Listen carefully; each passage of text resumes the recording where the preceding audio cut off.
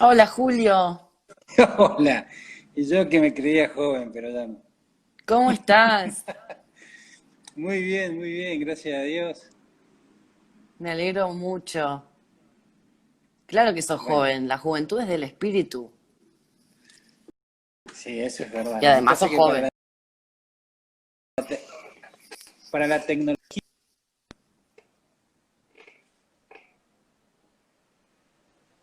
No, pero hola. mira, te pudiste conectar perfecto, no tuviste problema. No, no, me retrasé un poco. No sabía bien cómo era, la verdad. ¿Estás en Buenos Aires ahora? Estoy en Buenos Aires, sí. Bárbaro. ¿Y ya es de noche ahí también?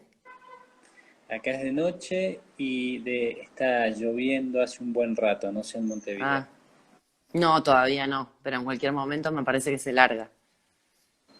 Así está el clima como para que llueva. Sí, porque hizo mucho calor hoy. Sí, entonces esta Ahí se tormenta está quizás conectando todo el mundo. sigue. Sí, además siempre que llueve primero en Buenos Aires ya sabemos que se viene para acá. Es como, si está lloviendo en Buenos Aires ya sabes que en un rato se viene para Montevideo. Está de verdad.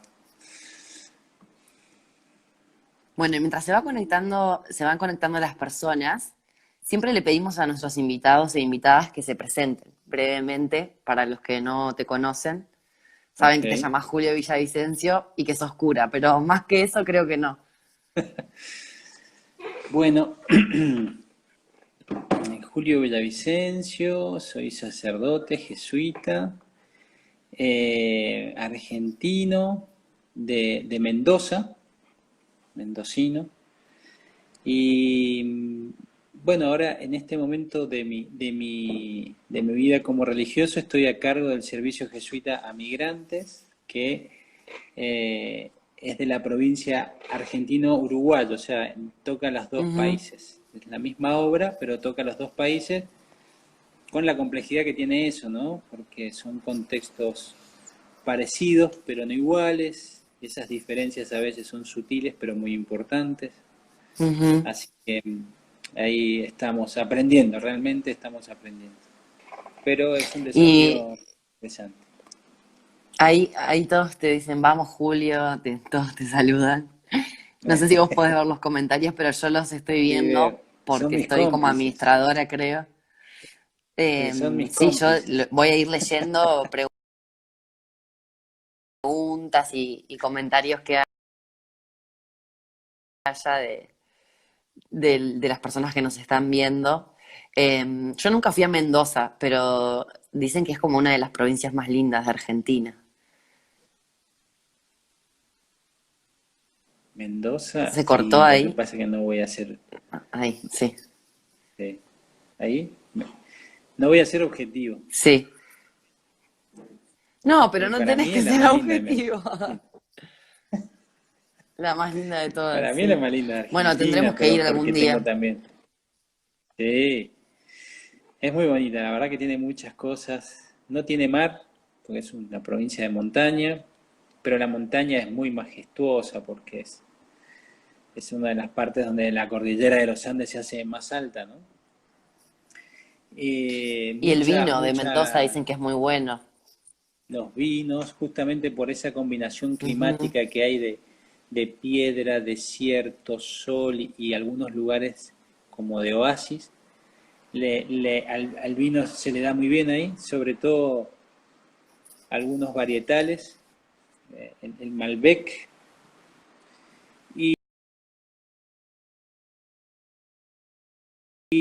Qué y rico. eso también hace, sí, y eso también le da como un turismo interesante, donde la gente va a visitar esas bodegas y Ujú. cada bodega también tiene una propuesta turística y además tenés ríos de montaña que son muy rápidos, entonces todo lo que es kayak, canoísmo o rafting, que son con los balsas de goma, también es muy divertido.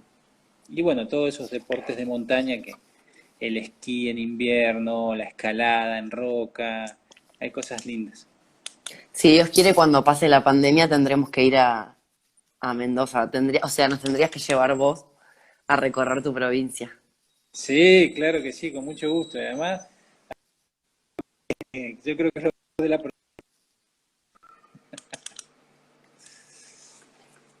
Sí, sé me si imagino. tengo yo problemas de Em, conexión. en mi casa, cuando, a ver, en mi casa cuando hay tormenta, el wifi no anda muy bien. Entonces me pasé para los datos, para que no tengamos problemas de conexión. Bueno, déjenme ver si puedo subir el volumen.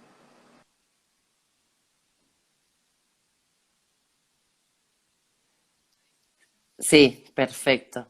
Cuando te presentaste y mencionaste que eras sacerdote jesuita, bueno, o sea, es la compañía de Jesús de la que estamos hablando, ¿no? Pero para preguntarte y ya meternos en el tema de, bueno, ¿qué es la compañía de Jesús? ¿Qué significa ser un sacerdote jesuita? Para los que no saben, ¿nos puedes contar un poco sobre eso? Eh, es una palabra que si la querés ver desde el punto de vista más profundo no terminás más, ¿no? Pero para ir a lo práctico, un sacerdote jesuita es un religioso de la Iglesia Católica que entró a una congregación que se llama Compañía de Jesús, conocida como jesuitas, y que dentro de esa congregación se ordenó sacerdote. Entonces ejerce el ministerio del sacerdocio dentro de este ámbito religioso que tiene particularidades como una misión muy fuerte en lo apostólico social, una inclinación Ujú. muy fuerte también con la espiritualidad ignaciana, con los ejercicios, también una, una actividad muy fuerte con la educación. Entonces, bueno, es ser sacerdote dentro de esas coordenadas. Y Julio, cuando hablabas de que el servicio jesuita migrante está dentro de la compañía de Jesús, para que nos cuentes un poco cómo surge el SJM, cuándo surge, un poco de la historia de lo que es este servicio, para que las personas que nos están viendo se enteren sobre eso. Bueno, eh, tal vez para hablar del SJM haya que hablar un poquito sobre el servicio jesuita a refugiados, que es la primera obra apostólica social que busca acompañar a personas en una migración forzada, en este caso refugiados. Bueno, ahí hay un gran tema, si son migrantes forzados o no los refugiados. Bueno, pero no entremos en eso. Cuestión es que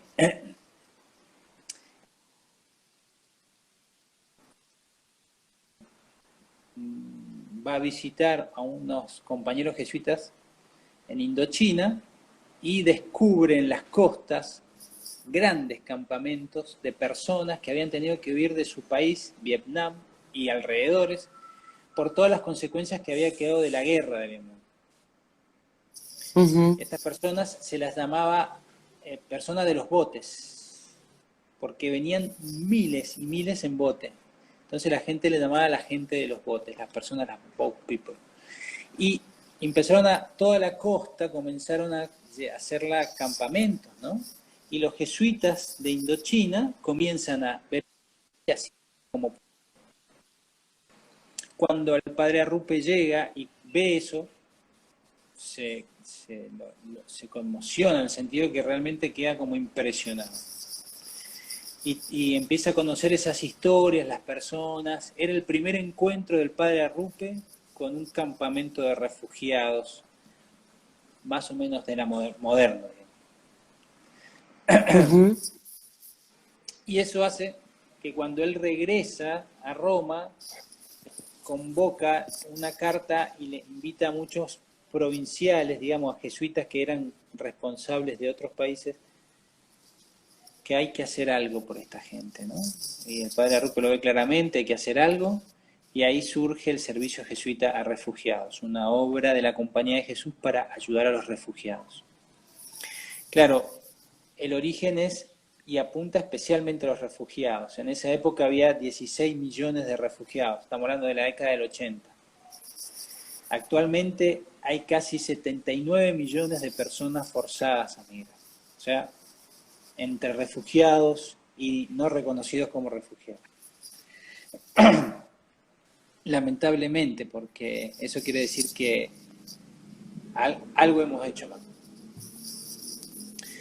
Y lo que empieza a surgir es que no solamente comienza a haber problemáticas con refugiados, sino que empieza a haber migrantes forzados que no son reconocidos como refugiados. Y eso pasa mucho en América Latina, porque los conflictos no son declarados oficiales, o sea, no hay guerras declaradas, sino que son movimientos guerrilleros, maras, violencia urbana, que finalmente terminan siendo personas en las mismas condiciones que un refugiado, pero no reconocidas, como Exacto. jurídicamente.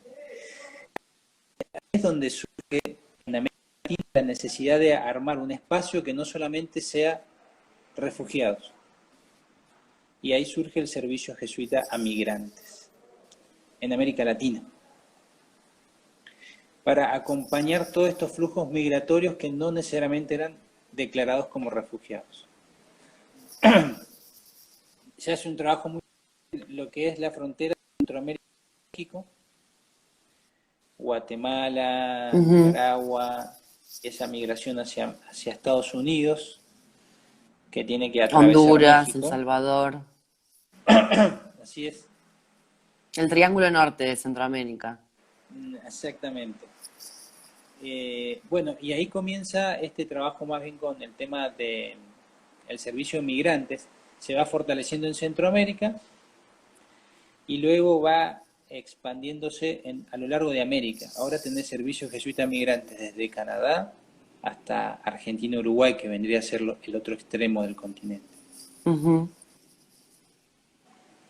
Y Esa Julio, es ¿qué un poco la objetivos historia persigue entonces el SJM en su contexto actual y lo que vos podés hablarnos que es Uruguay-Argentina, ¿no? ¿Cuáles son los objetivos que persigue? ¿Cómo logra estos objetivos? Las iniciativas, las actividades, los programas que se desarrollan.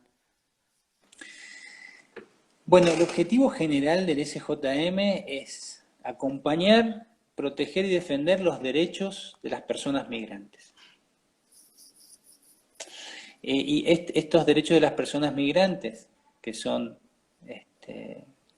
digamos, permanentes, no se van nunca, vayan al país que vayan, por ser seres humanos, evidentemente, en cada país y en cada contexto hay que apuntar a diferentes dimensiones para que esto pueda ejercerse los derechos, ¿no? En el caso particular de Argentina y Uruguay, las regulaciones son bastante, digamos, las regulaciones contemplan los derechos humanos, más que la defensa nacional. En otros países de América Latina se contempla más la defensa nacional o del territorio, con lo cual las leyes migratorias son más restrictivas.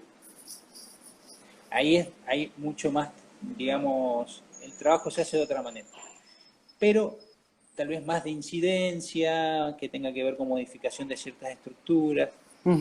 Pero en Argentina y Uruguay las normativas son más, contemplan los derechos humanos.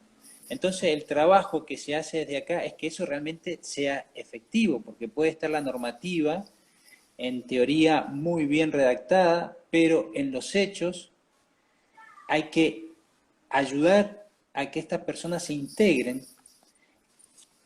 teniendo acceso a estos servicios. En primer lugar, algo que, que hace mucha falta tanto en Argentina como en Uruguay es la asistencia en información. Poder asesorar a la persona de cuáles son las posibilidades que tiene, dónde son los lugares que se brindan el acceso a esos servicios, qué costo tiene o si no tiene ningún costo, cómo es la dinámica para poder acceder a ciertos beneficios, porque tal vez eso está, pero al no tener el asesoramiento,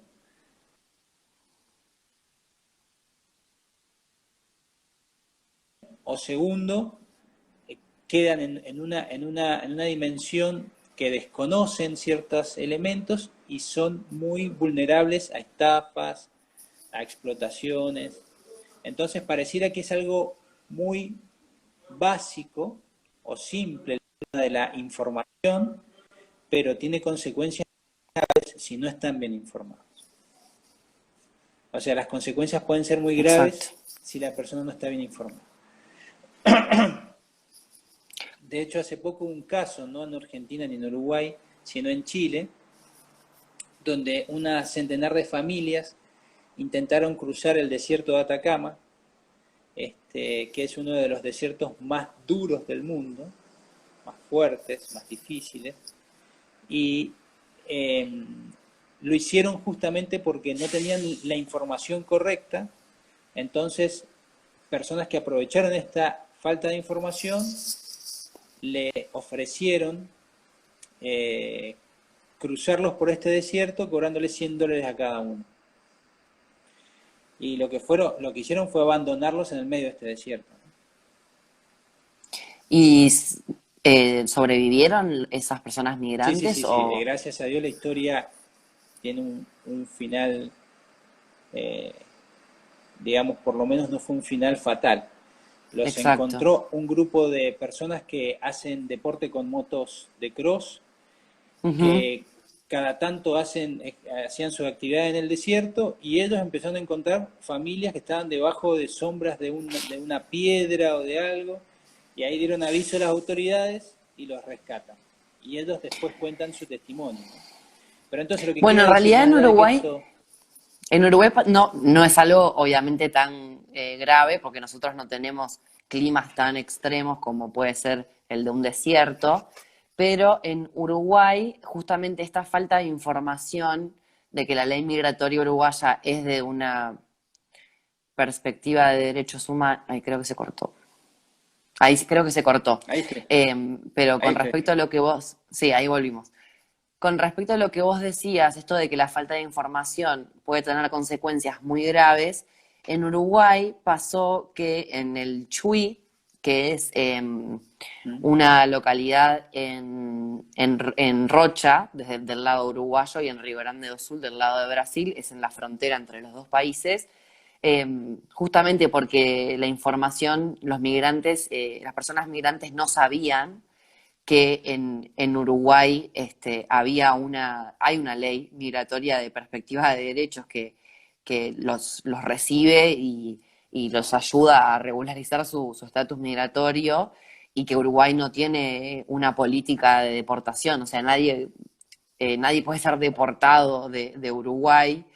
Eh, Hubo un caso de personas que eran de la misma comunidad, eran cubanos en este caso, que también se ofrecieron a cobrarle a estas personas migrantes por cruzar la frontera del Chuy Brasil al Chuy Uruguay, cuando en realidad es una frontera que todos los que somos uruguayos acá y hemos ido al Chuy, la pasamos todo el tiempo porque vamos a comprar cosas al Chuy más baratas y vas, y nada, Sí, vas, claro. compras y volvés y pasás por la aduana, declarás lo que compraste o no, te haces el sota, digamos, y lo escondés, pero no es que las personas no puedan circular libremente por esa frontera, ¿no? Entonces, la imagen que nos contaba una persona de una organización de la sociedad civil que está situada en el Chuy era que estas personas cubanas, con sus propios compatriotas, el engaño era, bueno, pagame y yo te cruzo, y en realidad era acompañarlos caminando. O sea, una cosa hasta un poco que daba risa, pero en realidad no es para reírse, porque esas personas migrantes que estaban cruzando de verdad se pensaban que estaban cruzando como quien cruza de México a Estados Unidos por el desierto o por el Río Grande y que en cualquier momento iba a venir la patrulla fronteriza a deportarlos. Y eso no es así. Sí, sí. Eso,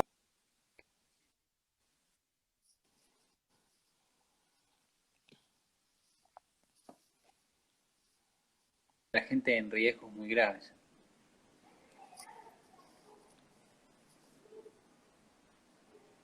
Hola. Sí, no es tan drástico como lo que pasaba en el desierto de Atacama, que ahí obviamente se podrían haber muerto, pero igualmente es un ejemplo en menor escala o menor gravedad de cómo la falta de información sobre cuáles son los derechos de las personas migrantes pueden llevar a abusos y engaños que los dejan en situaciones de alta vulnerabilidad. Exactamente, exactamente. Eso es un poco lo, digamos, en países como los nuestros, donde el marco legal tiene esta perspectiva de derechos, es importante esto, acercar la información a las personas, porque han pasado por experiencias de otros países donde tal vez es de otra manera y replican acá, creen que también aquí es de la misma manera y entonces ahí es donde caen en este tipo de cosas o estafas, ¿no? Bueno, este es uno de los elementos a trabajar dentro del servicio jesuita migrante, que es el asesoramiento. Otra línea de trabajo fuerte es el tema de la habitacional. Es Ujú. muy es difícil para el migrante que llega tener información correcta sobre dónde puede alojarse, cuántos son los costos y al mismo tiempo conseguir lugar. Entonces muchas veces te encontrás familias en situaciones o en lugares que a veces ni siquiera están habilitados y están pagando lo que pagarían por una habitación o por una renta por camas. Sí, una fortuna por un lugar que no es digno y Por, no es salubre. y eso muchas veces pasa porque no tienen acceso, digamos, muchas veces pasa porque no tienen el dinero. Entonces buscan lo que pueden acceder.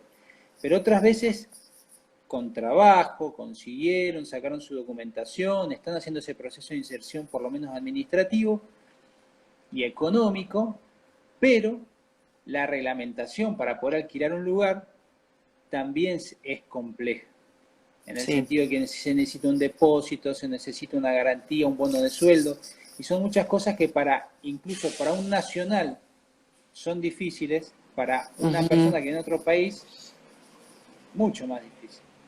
Entonces ahí Muchísimo tenés más, sí. otro desafío, ¿no es cierto? Cómo ayudar en el tema habitacional. El segundo es el acceso al trabajo, digamos, lo laboral, donde ahí, bueno, hacer el CV, el asesoramiento de los lugares donde se puede ir, el tema de las búsquedas. Hay un trabajo también que tiene que ver con el acompañamiento psicosocial, sobre Ujú. todo en algunas comunidades que no tienen mucha migración en su cultura, como puede ser la venezolana. Porque la venezolana hasta es un fenómeno para América Latina novedoso. Nunca hubo una migración de tal magnitud en tan No, poco tiempo en la región. no, Entonces para todo ha sido como una explosión, ¿no? exacto. Y también para los mismos venezolanos, que no tenían, más bien eran un país receptor que un Sí, país. Entonces su que un cultura, país expulsor. claro, su cultura era más bien de vivir, convivir con su familia, de vivir dentro cercanos, una cultura familiar muy fuerte, tradiciones también muy fuertes arraigadas a la nacionalidad, Ujú. y eso genera una subjetividad que cuando toca migrar, el tema del desarraigo y los duelos migratorios se viven de una manera muy, muy fuerte, muy especial. No es lo mismo, Sí, por ejemplo, una familia que nace en un país donde ya hay muchas generaciones que han migrado, como puede ser un país de Centroamérica, donde por México, ahí, por ejemplo. claro, por ahí hay un muchacho que su papá está en Estados Unidos y su mamá está trabajando en la ciudad y se está criando con la abuela. Sí. Él, digamos, su comprensión familiar ya está dentro de la dispersión, pero para él sigue teniendo su papá, sigue teniendo su mamá, sigue teniendo su abuela, comparte con ellos a la distancia, como normaliza una situación.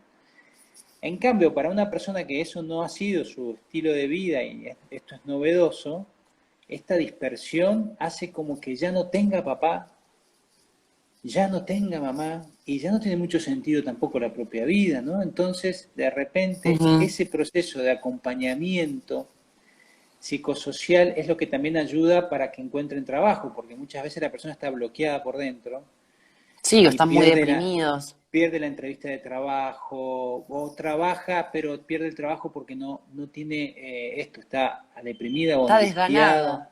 Sí. Entonces son cosas que a veces también en eso trabajamos, ¿no? El tema de el acompañamiento psicosocial. Y finalmente el tema de la asistencia humanitaria en alimentos y ropa es el otro eje donde hacemos nuestro trabajo como SJM más fuerte, ¿no? Lo que intentamos aportar más allá de la asistencia o el asesoramiento directo es también hacer un aporte a la sociedad que hospeda, digamos, que recibe, en cuanto a nuestra experiencia intercultural. Ujú. Entonces poder aportar, y por eso tenemos un área de educación que lo que intenta es como tratar de trabajar sobre todo con los chicos de los colegios, el tema de la migración, la experiencia de otras culturas, y ir de a poquito desde la migración, si se quiere, geográfica, trabajar la interculturalidad que puede ser generacional, que puede ser incluso política en nuestros países que están marcadas las políticas, ¿no? Digamos, Ujú. saber relacionarse, vincularse, compartir en la diferencia. Creo que esa es la riqueza que nos enseñan las personas que migran. Ujú. Es ese desafío de encontrarnos en la diferencia, sin dejar de ser diferentes, poder estar juntos. Exacto. Lo dijiste muy, muy poéticamente, además. Em, Ahora que nos hiciste como un recorrido del SJM, tal vez nos metemos en un terreno un poco más filosófico, pero cuando estaba hablando con Mari y Nico, que son, bueno, el compañero y la compañera con los que hacemos estos vivos, yo les planteaba que eh, yo había visto una entrevista que se la compartí a ellos que habías dado tú sobre el SJM en el que decías que emigrar en definitiva era un acto de amor, porque justamente la persona migrante estaba eh, hasta entregando su vida por su familia, por ejemplo, o por su comunidad, para mejorar la vida de las personas queridas, ¿no? Y a mí inmediatamente se me vino a la cabeza algo que, no sé, tal vez vos como sacerdote me bajarás un poco y me dirás, no, Lu, no es tan así. Pero cuando yo pienso en alguien que entrega la vida por los demás, pienso automáticamente en Jesús. O sea, es como, yo como con mi fe católica y mi formación católica desde que nací, básicamente, para mí, obviamente, la persona que entregó su vida por la humanidad fue Jesús. Y además de entregar la vida, dio esa elección, dijo, ¿no? Como eh, lo que tenemos que hacer es dar la vida por los amigos y amar al prójimo. Entonces, eh, inmediatamente este paralelismo en mi cabeza entre lo que es la figura del migrante o el refugiado y la figura de Jesús. Entonces, preguntarte como sacerdote jesuita y también como parte del SJM, que es un servicio, obviamente con una impronta de fe católica, preguntarte cuál es esta visión cristiano-católica de la figura del migrante y cómo la podemos vincular con la figura de Jesús. Bueno, yo creo que la vinculación que vos estás haciendo es muy buena, porque tiene que ver con el fenómeno del amor. Eh, la experiencia Cristo es una experiencia radical de amor, y por eso nos impacta tanto, y por eso creo que nuestra fe se ve como iluminada por ese testimonio. Uh -huh. Eh, lo que pasa es que como Jesucristo no solamente fue un ser humano, sino que desde la fe cristiana y católica en particular, creemos que es el Hijo de Dios, entendemos que sigue presente a través del misterio del Espíritu. Hay un Espíritu que atraviesa todo, que da vida a todo. En ese Espíritu sigue viviendo Jesús. Y ese Espíritu lo que nos va animando, nos va moviendo, es hacer esa experiencia de amor. Entonces, cada vez que tenemos esa experiencia de amor en nuestra vida, es la misma fuerza de Dios que nos está moviendo. Y por eso es algo que nos trasciende, no es algo que nosotros podamos manejar. No es que yo, bueno, voy a inventar que ahora voy a amar y ahora voy a dejar de amar. No, es algo que se suscita en nosotros. ¿Podemos acompañarlo o no? Eso sí, tal vez puede ser nuestra decisión. ¿Podemos acompañar ese movimiento o no? Podemos cerrarnos a él. Pero lo que se suscita en nosotros es algo que nos trasciende. Y nosotros entendemos que es ese Espíritu de Dios que nos mueve en esa experiencia. Cuando esa experiencia de amor es radical, como la que puede pasar una persona que deja todo por otra persona, sea migrar, sea, no sé, sea incluso una mujer cuando va a dar a luz arriesgando su vida, incluso en lo cotidiano, cuando unos padres dejan de lado sus necesidades porque tienen que concentrarse en otra persona, esa salida de sí es la dinámica básica del amor. Es salir de vos mismo para ir al encuentro del otro. Y en la persona que migra se nota ese proceso, más allá de por la situación o causas que migre, que muchos de ellos lo hacen por su familia. Sí. Y pasan, la verdad que riesgos literalmente mortales. Sí. Y lo hacen por su familia. Sí. Entonces, esa es la expresión radical de amor de un Jesucristo que sigue hoy día viviendo en nosotros y que se manifiesta de una manera muy fuerte en estos crucificados de hoy, que son las personas migrantes. Wow. Nada, es muy conmovedor lo que estás diciendo. Acá Nico nos hace una pregunta que es, ¿Jesús como figura histórica humana era refugiado porque era perseguido por Herodes y también se vio forzado a migrar? Entonces, Claro. Es una pregunta, dice Nico, sí. Sí. Sí, digamos, visto desde nuestra concepción moderna de lo que es un refugiado, Jesús sería considerado un refugiado en su historia. ¿Sí?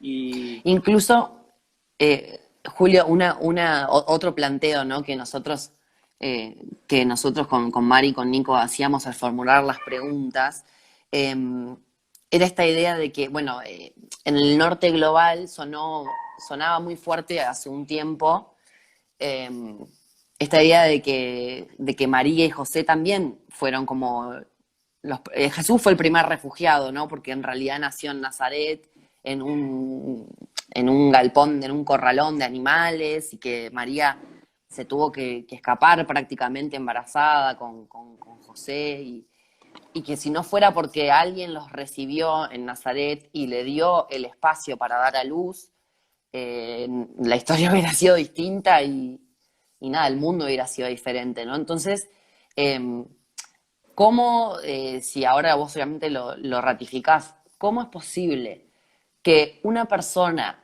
que se hace llamar cristiana o se hace llamar católica o de cualquier fe dentro del cristianismo y dice seguir las enseñanzas de Jesús, cómo es posible que esa persona al mismo tiempo tenga una retórica a veces tan xenófoba, tan racista, tan anti-migrante? Y pensábamos, como en el caso paradigmático de Estados Unidos, ¿no? Y de la derecha más fundamentalista cristiana que hoy por hoy sigue a Trump y que en su momento seguía a otros candidatos y presidentes republicanos que son muy duros en sus propuestas de migración, obviamente de propuestas muy restrictivas y que no respetan para nada los derechos humanos. Entonces, ¿cómo es posible que una persona que se identifica o dice ser cristiano, católico o de la fe cristiana que sea, al mismo tiempo pueda tener estos discursos y actitudes tan xenófobas, racistas y discriminatorias hacia los migrantes y los refugiados? Sí, ahí dice En Belén, me Nico que dice es en Nico, sí, Belén. en Belén. Sí, Sí, sí, es lo que tiene Jesús. Jesús nace en Belén, pero es Jesús de Nazaret. es Jesús de Nazaret, sí. Porque ahí hizo su vida pública, digamos, o ahí comenzó su vida pública. Gracias, Nico, Pero bueno, eso por también la habla de corrección. su historia migrante, ¿no? Jesús nace en Belén, tiene que huir a Egipto, después regresa, termina haciendo su vida pública en Nazaret, o comienza su vida pública Ujú, en Nazaret. O sea que ahí, eso te habla también de la historia migrante de Jesús. ujú. Y con respecto a la pregunta que vos me hacés, eh, bueno, yo no podría hablar de las personas, porque dentro de cada persona solo Dios sabe, ¿no? No podríamos juzgar, pero sí podemos juzgar o tal vez reflexionar sobre que el mensaje de Jesús es un mensaje que no terminamos de entender, nadie. Y de hecho, el occidente cristiano está lleno de contradicciones con respecto a lo que es cristiano. Y nosotros mismos como seres humanos o como creyentes, también en nuestra vida seguramente tendremos contradicciones, cosas que nosotros en nuestra fe creemos que están bien, pero en nuestra vida se hace difícil encarnar. Y de esa manera uno puede comprender, no digo justificar, pero sí comprender que haya contradicciones a nivel de movimientos sociales, ¿no? Ujú. Y creo que lo que nos aleja del mensaje de Jesús muchas veces es el miedo y la desconfianza. Entonces, cuando es como este famoso pasaje del Evangelio donde Pedro comienza a caminar sobre las aguas y le dice Pedro, Señor, si eres tú, déjame que me acerque hacia ti. Y Jesús le dice, ven. Y entonces Pedro comienza a caminar sobre las aguas, o sea, comienza a hacer algo que es inaudito, Ujú. que es antinatural, si se quiere, Sí, físicamente imposible, supuestamente. imposible. Pero lo está haciendo porque tiene su mirada fija en algo que trasciende lo simplemente aparente, en Dios. Pero las olas y el viento sopla fuerte y las olas se hacen más grandes.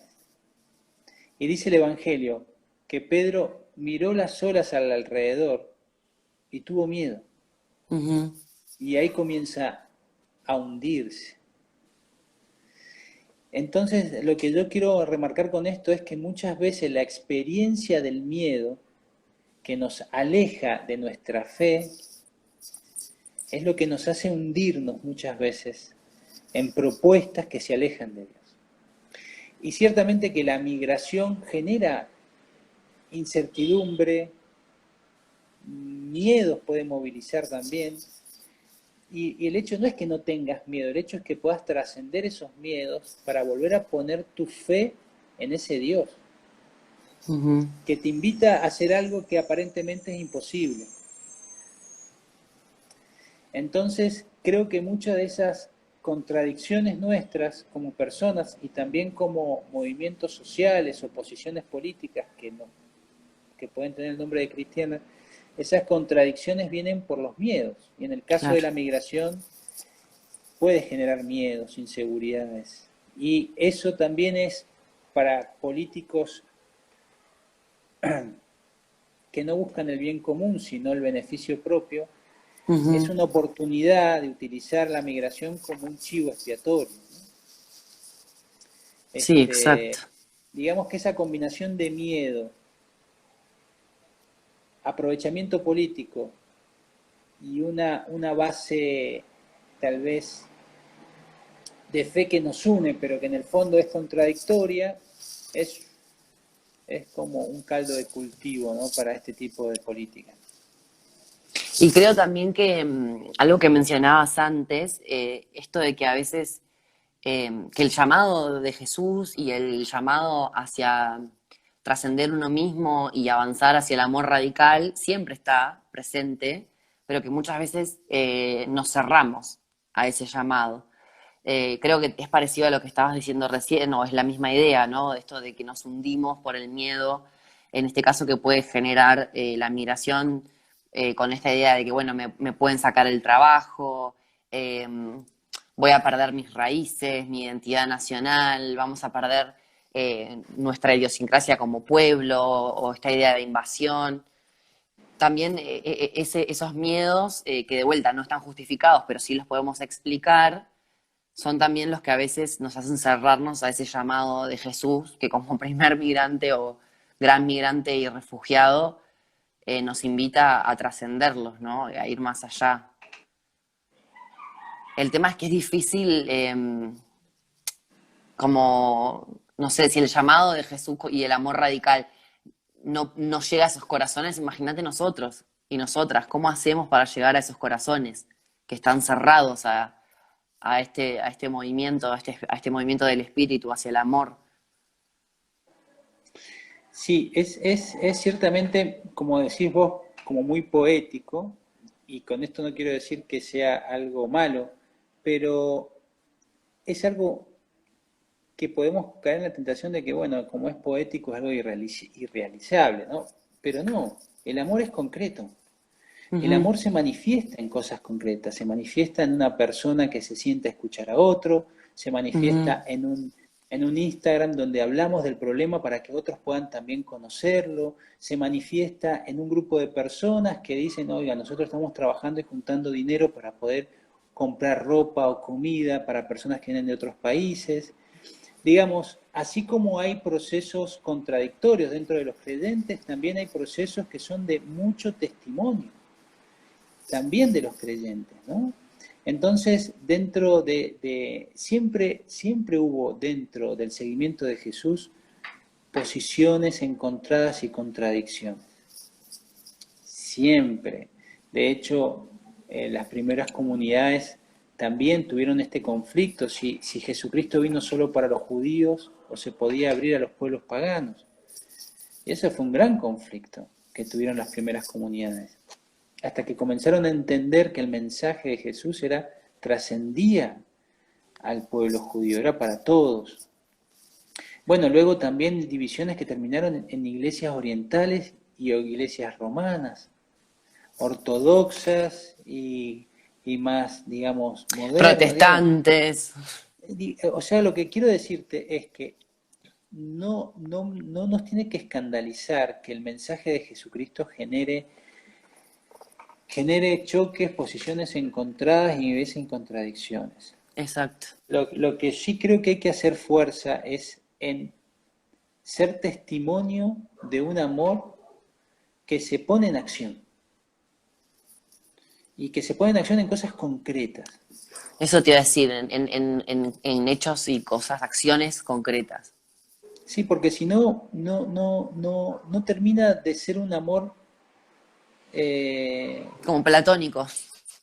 sí, no termina de desplegar la fuerza que tiene el amor. El amor se va desplegando primero de manera personal y profunda, interior, pero tiene que cobrar fuerza exterior y acciones, porque si no, muere. Claro.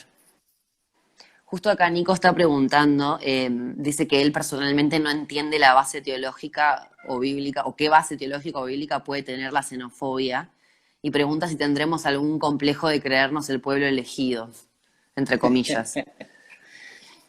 Me hace acordar a Drexler.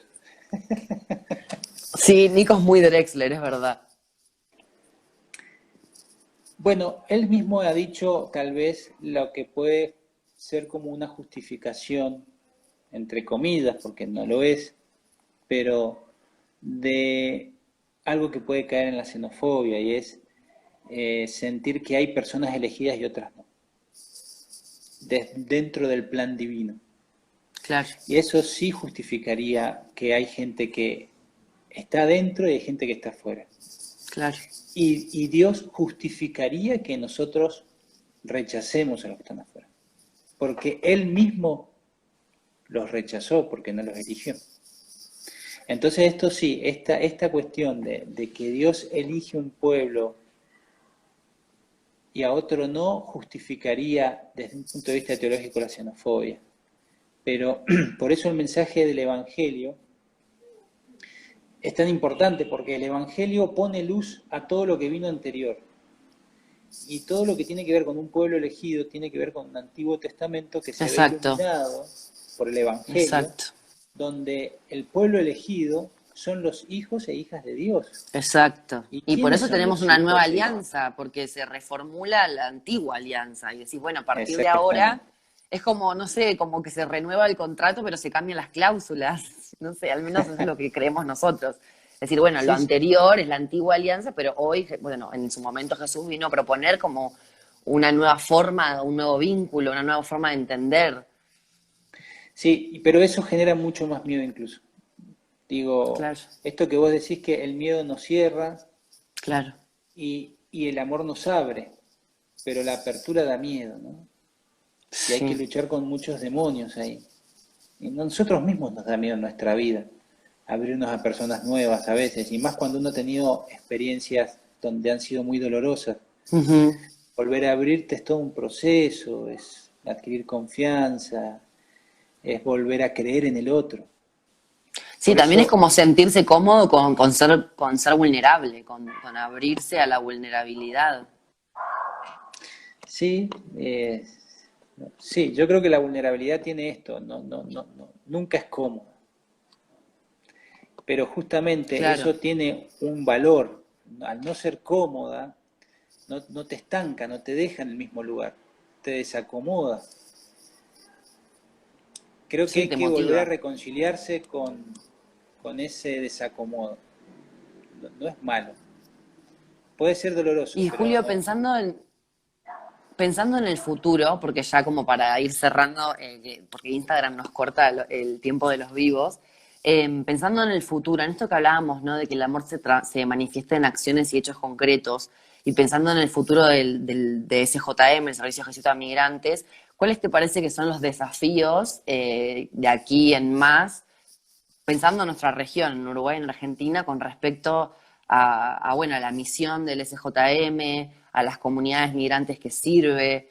¿Cuáles te parece que son como los desafíos más prioritarios o más urgentes y cómo podemos hacerles frente? Bueno, un poco lo que te comenté al principio, Lu, creo que tiene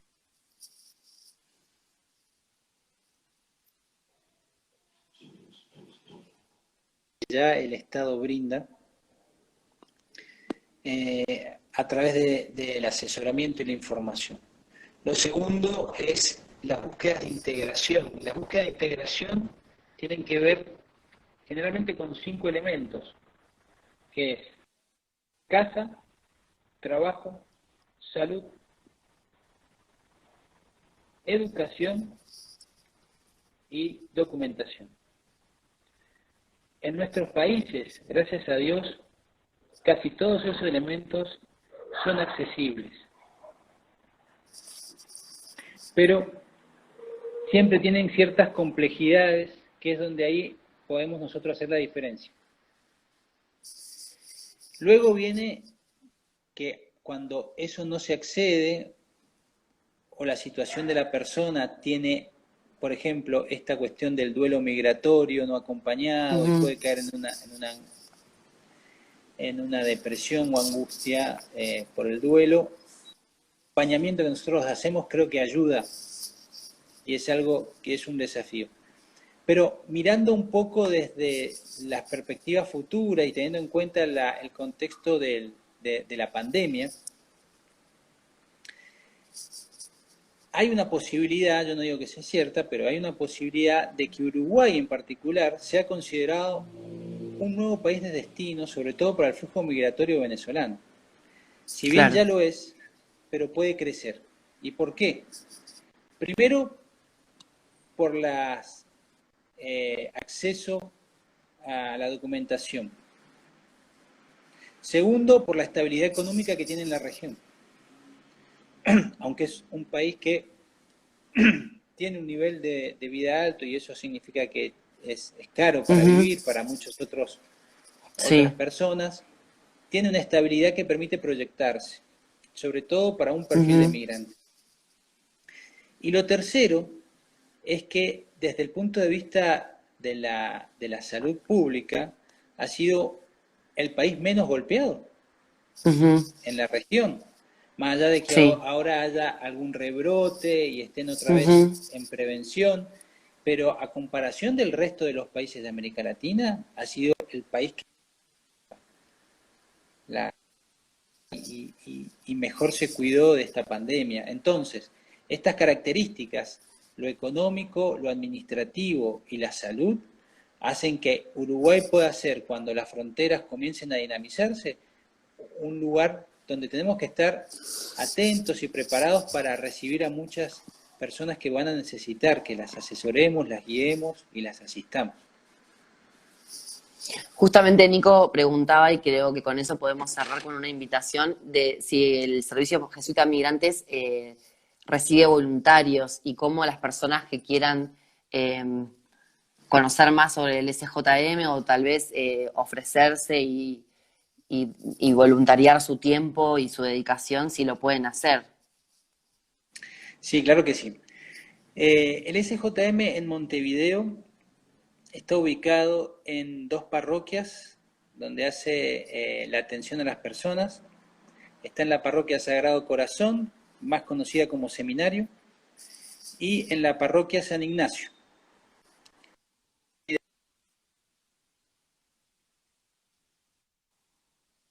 parroquias son las que hacen asistencia y atención a las personas. En cada una de estas parroquias hay un grupo de voluntarios. Cada parroquia tiene un encargado, en este caso son dos religiosas.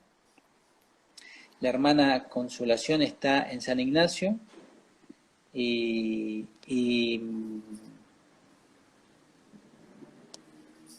Mari, ay, me olvidé el nombre de la otra encargada que está en Sagrado Corazón. Pasa que se incorporó hace poco, pobre. La verdad que le pido disculpas porque se me hizo un blanco en la cabeza, pero bueno. Ah, seguro te va a perdonar. Eh, ya me voy a acordar. Pero bueno, estas dos hermanas están haciendo un trabajo muy, muy bueno ahí, encargándose de estos equipos y grupos. Marialis, Marialis nos dice acá. Marialis, gracias, Gracias. gracias, Vocaciones Jesuitas, Aru. Están haciendo un gran trabajo ahí con estos equipos, que también vienen acompañados por los párrocos. Acá me gustaría hacer esta como reconocimiento, ¿no? Si nosotros podemos hacer esto desde las parroquias es porque los jesuitas que están como párrocos en esas parroquias han visto esta necesidad y se han sumado, y se han comprometido. Y lo han hecho a través de este espacio que están haciendo, ¿no? Que es el Servicio Ujú. Jesuita Migrante. Entonces, con la colaboración y el compromiso de los párrocos, más la colaboración y el compromiso de estas religiosas y todos los equipos de laicos que están ahí, vamos llevando el SJM. Y el SJM en Uruguay está coordinado por Joan Gratacós, que es el coordinador del SJM en Uruguay, ¿no? Eh, bueno, ¿cómo si yo me siento invitado o entusiasmado o inquieto por esta propuesta? Yo creo que lo más sencillo es mandar un mensaje al Instagram, @SJMUruguay, @SJMUruguay, un mensaje para ponerse en contacto. Y ahí el coordinador se va a poner en contacto seguramente con esa persona y ya comenzará algún proceso para que conozca o para que le cuente un poquito cómo es el camino. Ahí Y bueno, dejé el arroba en los comentarios para que las perfecto, personas conectadas lo puedan ver. perfecto. Entonces desde ahí creo que además también van a poder conocer mucho del trabajo que se hace en el SJM Uruguay. Muchas gracias, ¿Hay algo, Julio. dice Nico? Sí, siempre terminamos los vivos con como un aviso, que es que todos nuestros vivos están grabados con el consentimiento de los y las entrevistadas y que quedan en la página de YouTube de La Lógica del Encuentro, este proyecto que creó Nico y que lo seguimos como, como discípulos y discípulas. y, y que antes de terminar el año nos quedan 2 vivos más sobre temas que todavía estamos definiendo, pero ya les vamos a compartir los detalles. Y bueno, estás más que invitado también, están todos invitados e invitadas a ver la página de WordPress de La Lógica del Encuentro. Y Julio, si querés escribir una columna breve de una página o de lo que quieras, para La Lógica del Encuentro es un espacio abierto y siempre invitamos a los entrevistados y las entrevistadas a que complementen su participación con una columna donde reflexionan o, bueno, formulan preguntas, invitan a reflexiones. Y nada, agradecerte. Para mí, personalmente, fue un gusto, un placer y una emoción muy grande. Así que te agradezco de corazón y espero que pase la pandemia para ir a verte allá o que vos vengas de vuelta a Montevideo y nos comamos otras pizzas con unas cervezas en la esquina de la Católica. O con Sí, agua y sí. Coca-Cola, no sé. Buenísimo, sí, sí, Lu, la verdad que yo también muy agradecido y me gustó mucho este vivo, este live, porque fue muy agradable y me hiciste también a mí emocionar con cosas que son de las que creo muy profundas, ¿no? Y tienen que ver con esto, con la fe que compartimos. Así que bueno, les agradezco mucho a los dos, a Nico también por la invitación, una persona que aprecio desde hace muchos años. Nos conocimos en una misión, él era él era más chico, yo tenía cabello, así que fue hace varios años. Así que bueno, muchas gracias y los, como decirle, los exhorto, no sé, como que les doy ánimo con esto que están haciendo, que me parece algo muy bello, muy bueno y ayuda muchísimo. Muchas gracias, Julio. Gracias.